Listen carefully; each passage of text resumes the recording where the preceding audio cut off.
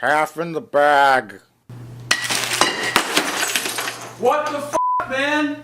I just washed the floor. Dude, he says fine, man. I did not say it's fine. What is this even for? It's my videos. Nobody watches your videos.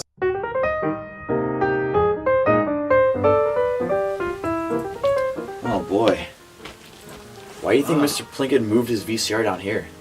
I don't know. Did you even know he had this basement? No. What all is down here? Wow. Oh, he's got Which VCR do you think he Yeah. wants us to repair? maybe both? I hope not. Hey, what are you two doing down there? Why don't you get back to work? Did you get lost? Yeah, okay, sure thing, Mr. Plinkett. At least there's beer. Perfect.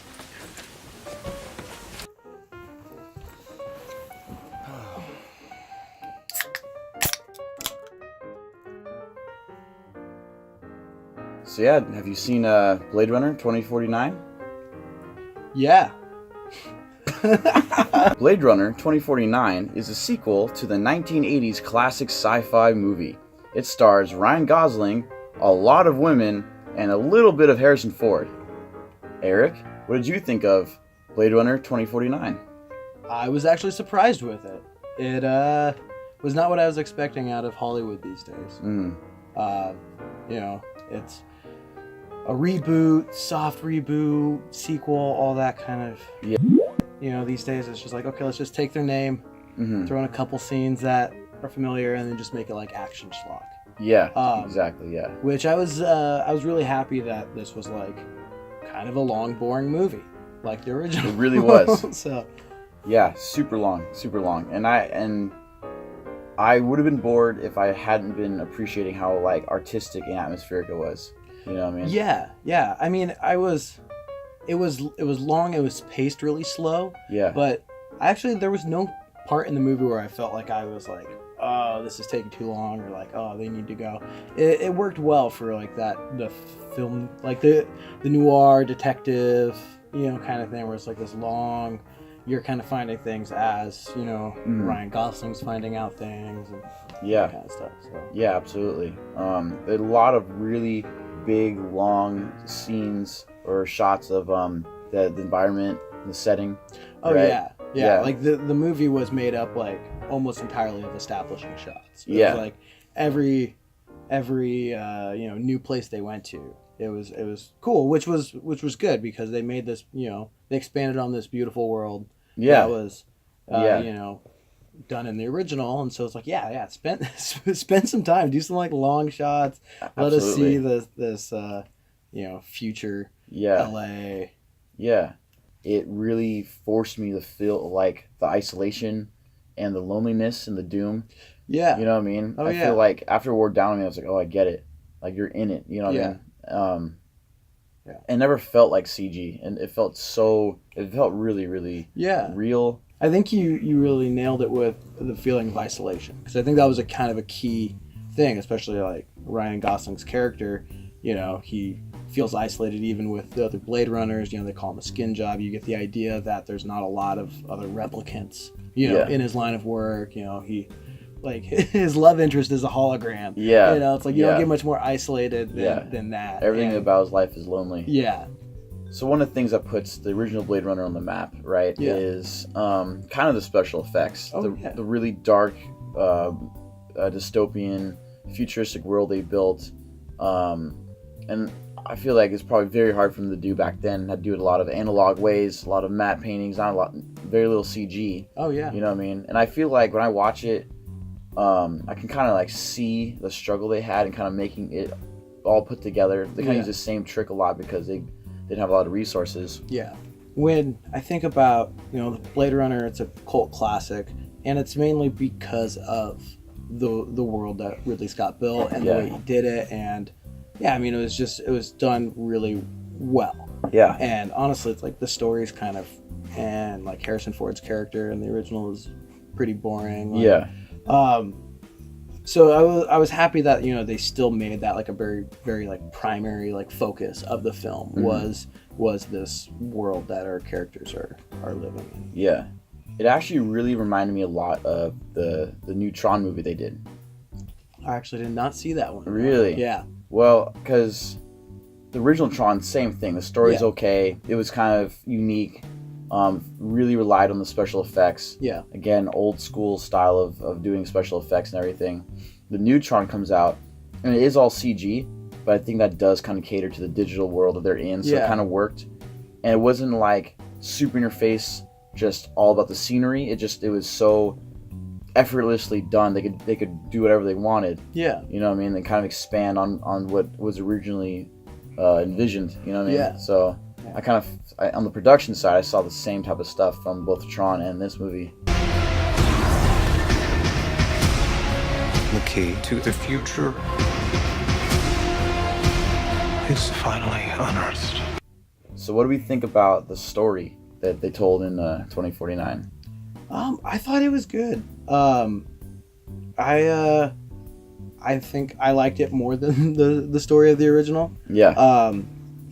Mainly, like, I think the original, the replicants were the more interesting characters anyways. So having, you know, your main protagonist be a replicant was an interesting way of going about it. And I like that it wasn't like, is he or isn't he? It was like, no, right off the bat, it's like, boom, he's a replicant. You know, like 5 minutes into the movie. Yeah.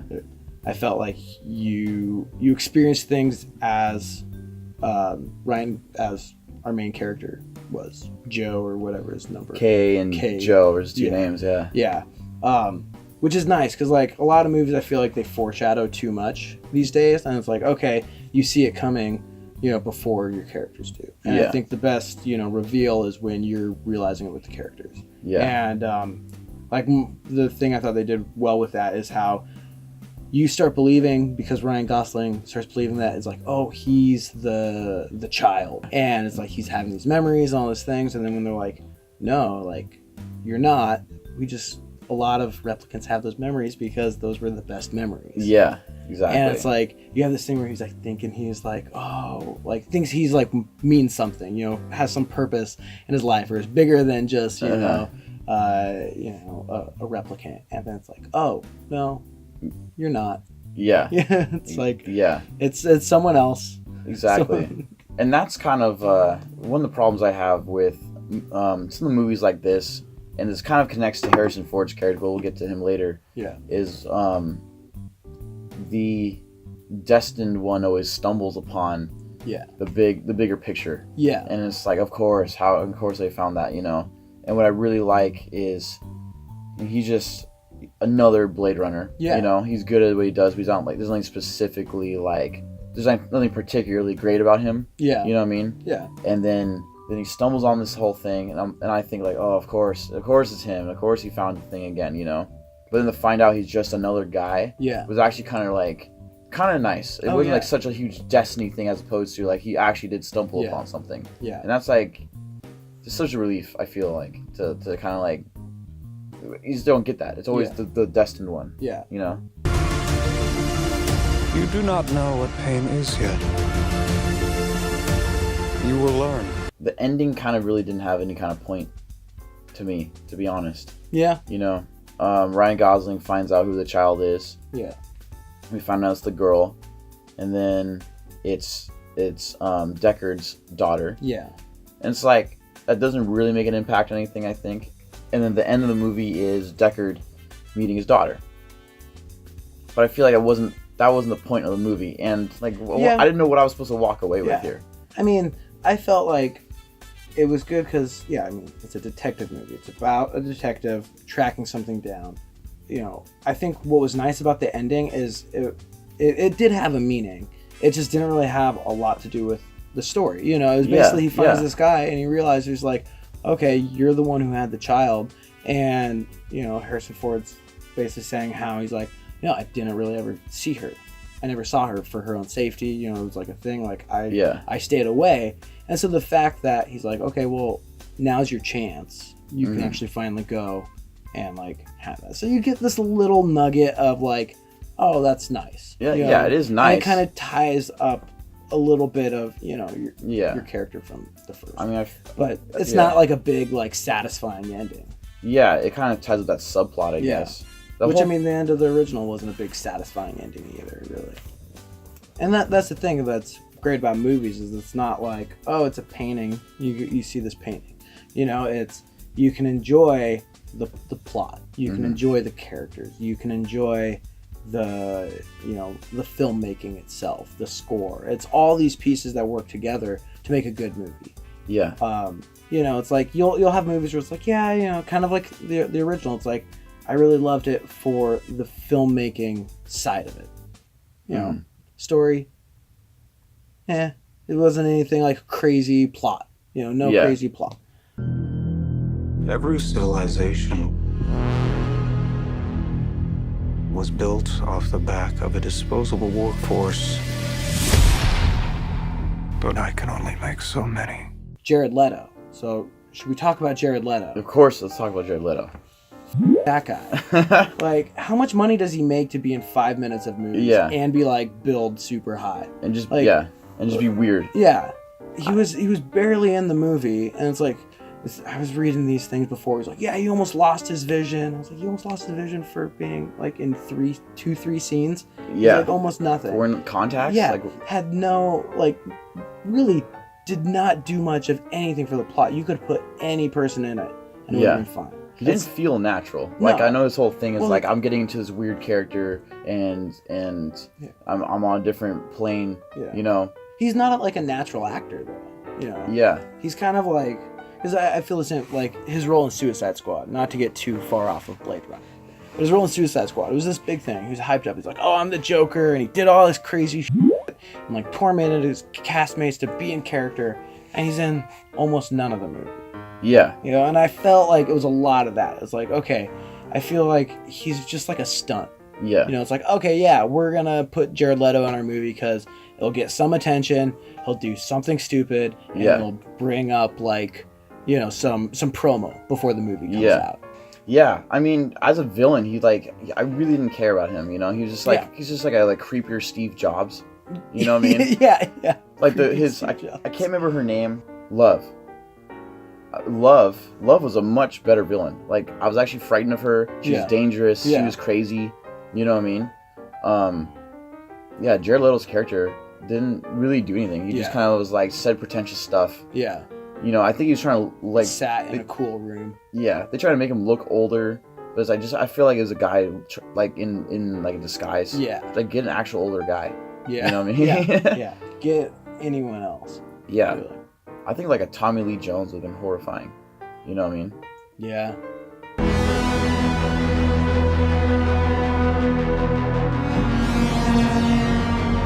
You're a cop. By Ryan Gosling's character was kind of like. I did like his character, but there weren't stakes to him as like they were, for like the 2-year replicants. Yeah. Right. It's like you're a replicant. I'm gonna tell you right from the start, so you don't have to worry about it. And that's fine. Yeah. And I think he had like super strength or super durability. All the replicants have exactly. So it's like, hey, you're a robot, and actually you're stronger and better than all of them.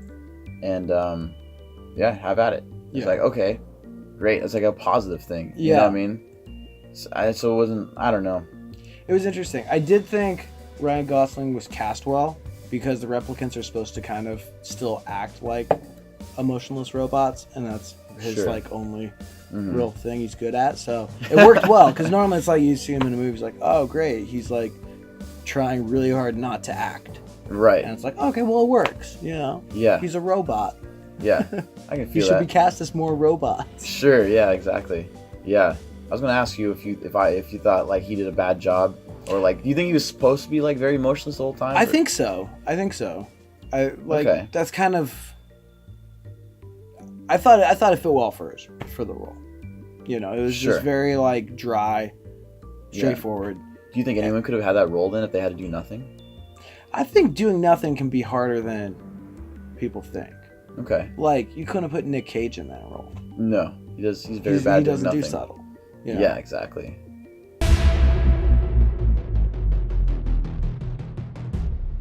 I know. What do you want? So let's talk about Harrison Ford in this movie. Yeah. I actually thought he was completely unnecessary in this movie. I think it was really forced. Yeah. I mean, he wasn't super necessary. I like that he wasn't in a lot of it. I like that it wasn't like buddy cop, movie with Ryan Gosling and Harrison Ford. I like that it was like just at the end, and it was kind of necessary to tie it in. It was a little weird that they kind of like pushed, like they made the romance from the original between him and that one replicant. Seemed like it was this big thing, and I was every time I watched the original one, I was just like, I was like, whatever. oh yeah, they didn't have like chemistry because one was a robot and one was fucking boring Harrison Ford. What held my interest more than any of Harrison Ford's parts was trying to figure out, is that dog a replicant? Because if not, that's like at least a 35-year-old dog. Yeah. It was not a puppy in the original when Deckard finds him, and he's still kicking. Yeah, he's still kicking. I feel like Harrison Ford's been spending the last few years redoing all of his old roles. Oh, yeah. And I feel like he's doing them all the same. A lot of the same grumpy old man's coming through. He's begrudgingly doing all of his old roles. Like, I don't think he really wants to do any of them, but he just gets talked into them. Yeah, like, exactly. He didn't want to do Indiana Jones 4. He didn't want to do Star Wars Force Awakens. I'm sure he didn't want to do this, but he's just like, fuck it. Yeah. I'm old. I'm not getting a lot of acting jobs. Making tremendous money for it. Yeah, it's like you're gonna pay me a ridiculous amount of money to show up on set. Yeah, sure. Yeah, that's what it seems like to me. Well, so Harrison Ford did okay, but like, I don't even think it was necessary to have Deckard in it. And again, I feel like that kind of comes. That's what I was talking about with the whole like the destined one. Yeah. I mean, I would say if they didn't have Deckard in it, it would seem more like just a reboot. And I don't think they wanted a reboot. They wanted to do a sequel. Yeah. And so you have to have Deckard and Rachel and like have them in there somehow, because if Deckard wasn't in it, it really had nothing too much to do with the original. I mean, obviously it's the same world and it's progressed. Right. 30 years. Yeah. But I disagree. I feel like it's kind of like, again, the destined one. You know what I mean? Ryan Gosling isn't anyone special. Yeah. But he stumbles on this whole thing, gets mixed up in this. In the first Blade Runner, Deckard's no one either. He's just another Blade Runner, right? He stumbles on something bigger. Yeah. He gets involved. And now he's become this legendary, like, pivotal person in this universe, Yeah. And it's like, I guess one little person could turn to that, but it's like everything revolves around Deckard now, and it's like... I mean, it's not really revolves around Deckard. It was more about Rachel. Okay. Right, Rachel was the girl. Deckard was just the guy that she fell in love with. Yeah. It's not like the whole, they only care about Deckard because they're trying to figure out how a replicant was able to reproduce. And he was a part of it. Right. It would have been nice if they didn't say he was going to be in the movie at all. Yeah, they almost sold the movie by like, this is Harrison Ford's in this, guys, and he was all over it. He's all over the poster, he's all over the trailers. Yeah, and it's like, no, just don't even mention him. And then when he shows up and you see it's fucking Harrison Ford, that would have been a better reveal. Absolutely. I feel like with Deckard, we have the same problem we had with Han Solo in Force Awakens. Yeah, Han Solo's just like a ruffian, Yeah. He winds up in something, and I guess he does kind of get involved in something bigger. He becomes like a general in the rebellion or whatever. But then he goes on to be a name known across the galaxy. His son is changing the entire world, and it all comes back down to Han Solo. You know, and it's like, I felt like it was silly to have Snoke, this huge guy, this huge thing, talking about find Han Solo, and it's like the pilot, the smuggler, and I know he evolved past that, but it's like, oh, what? Like, it shouldn't revolve around this like small guy. Well, that's what happens when you take a trilogy movie about a small group of people, and then you make the entire universe revolve around those people. Yeah. I feel like that's when the Hollywood part of it gets in the way. The only reason it's about Han Solo is because they're going to sell us the movie by having Harrison Ford in it. Oh yeah. You know, and it's like, that's cool. And if they show up, they pop up organically, like Leia popping up, like I thought that was completely organic, right? Yeah.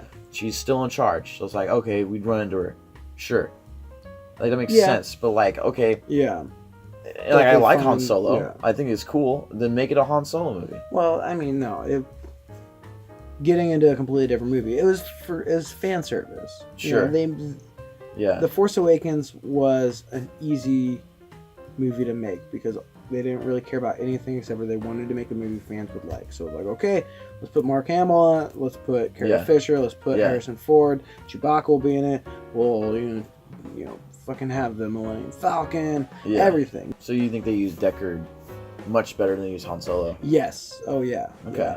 Yeah. Because I wouldn't say that this was super fan servicey. Like there was, I mean, I guess the car that Ryan Gosling drove was kind of similar. Yeah, but it's just there. I mean, it's okay to have a car. Yeah, it was like there was no focus on it. Just like, it wasn't like a special car or anything like that. It was just a car. And like a lot of the things, like I guess there was like the Atari logo is probably the closest thing I could say. Would be like fan service from the original Blade Runner. Yeah, I thought it was a subtle way to kind of bring it back. It's like, here it is. Here's that thing. Yeah, you know, a little wink. Yeah, but I mean, like that's such a small thing. It wasn't like. The whole movie certainly didn't revolve around that. Just a little moment, you know? Yeah. So, Eric, would you recommend Blade Runner 2049? Yes, I would recommend Blade Runner 2049. If you like the original or you didn't like the original, yeah, I'd still recommend it. It'll be slow. Yeah, very slow. Don't see it. Like, don't get super drunk before you see it because you'll probably just fall asleep. Yeah. I don't know. If you like seeing things with your eyes that look beautiful, see this movie. You don't have to pay attention to anything else. Just watch the visuals and they're great. Yeah. Nice. How about you? I think I would recommend it. If you liked the first one, this definitely took it to the next level and actually treated it really well. Yeah. If you like sci-fi, you're gonna like it. Don't go if you're looking for action because it is not an action movie at all. I don't really like to watch movies more than once usually, and like this was very entertaining. Well, this wasn't very entertaining. Yeah. It wasn't very entertaining, and but it was a very cool experience. So I really enjoyed being there, but like, I don't think I'd watch it again. But see, I really want to watch it again. Yeah. But I guess that's different. I like rewatching things. Oh, yeah. Except for comedies, I rarely will rewatch. I need like a year or two break. Yeah? Oh, yeah. shit. Because like I feel like the tension build up is gone for me because I know what's going to happen. The suspense is gone. Yeah. You know, I don't know. I don't like to do it. Interesting. But I guess I would. I would recommend Blade Runner 2049. If you're curious, if you liked it, the first one, I think you won't be disappointed. Yeah.